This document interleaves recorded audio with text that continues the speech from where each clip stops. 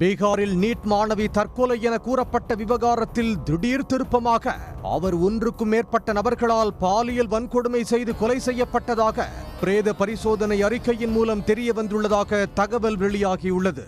முறையாக விசாரணை நடத்தாமல் மாணவி தற்கொலை செய்ததாக கூறி காவல்துறையினருக்கு சிக்கல் ஏற்பட்டுள்ளது. யாரையும் காப்பாற்ற மாணவி பலாத்கார கொலையை தற்கொலை என போலீசார் அறிவித்தார்களா?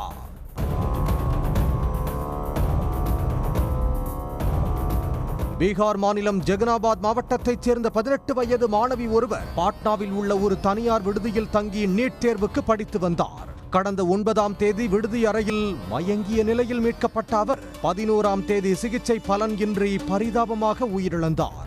மாணவி டைபாய்டு காய்ச்சலால் பாதிக்கப்பட்டு தற்கொலை செய்து கொண்டதாக போலீசார் முதலில் கூறினர்.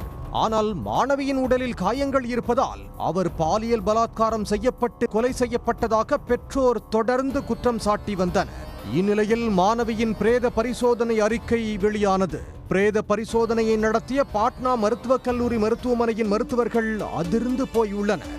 மாணவியின் உடலில் பல புதிய காயங்கள் இருந்ததாகவும் அவை அனைத்தும் அவர் இறப்பதற்கு முன்பு ஏற்பட்டதாகவும் மாணவியின் கழுத்து மற்றும் தோள்களில் ஆழமான ஆணி அடையாளங்கள் உள்ளதையும் கண்டறிந்துள்ளனர். மேலும் மாணவி வலுக்கட்டாயமாக பாலியல் வன்கொடுமை செய்யப்பட்டுள்ளதற்கான அடையாளங்களும் சிக்கியுள்ளன. அவர் 2 மணி நேரத்திற்கு மேலாக போராடி இருக்கிறார். அவரது மார்பு மற்றும் தோள்களில் கீறல் அடையாளங்களும் முதுகில் காயங்களும் உள்ளதை பார்க்கும்போது இந்த தாக்குதலில் ஒன்றுக்கும் மேற்பட்ட நபர்கள் ஈடுபட்டிருக்கலாம் என அறிக்கையில் தெரிவிக்கப்பட்டுள்ளது. மாணவியின் அந்தரங்க உறுப்புகளில் ஏற்பட்ட காயங்கள் மிகவும் தீவிரமானவை என்றும் ஆழமான சிராய்ப்புகள் மற்றும் இரத்தப்போக்கு உள்ளிட்ட புதிய மற்றும் கடுமையான காயங்கள் உள்ளதாக அறிக்கையில் கூறப்பட்டுள்ளது. இது பலவந்தமான பாலியல் வன்கொடுமையின் விளைவால் மாணவிக்கு ஏற்பட்ட காயம் என்றும் பலாத்கார தாக்குதலின் போது மாணவி சுயநினைவுடன் இருந்துள்ளார் என்றும் தனது கடைசி மூச்சுவை தன்னை பாதுகாத்துக் கொள்ள மாணவி போராடியுள்ளதையும் காயங்கள் காட்டியுள்ளன. இருப்பினும் மரணத்திற்கான சரியான காரணத்தை உறுதிப்படுத்த கூடுதல் பரிசோதனைக்காக மாதிரிகள் எய்ம்ஸ் மருத்துவமனைக்கு அனுப்பப்பட்டுள்ளன. மாணவியின் பிரேத பரிசோதனை அறிக்கை வெளியான நிலையில் ஏற்கனவே வந்த மருத்துவ அறிக்கைக்கு முரணாக இருந்ததால் பெரும் பரபரப்பு ஏற்பட்டது.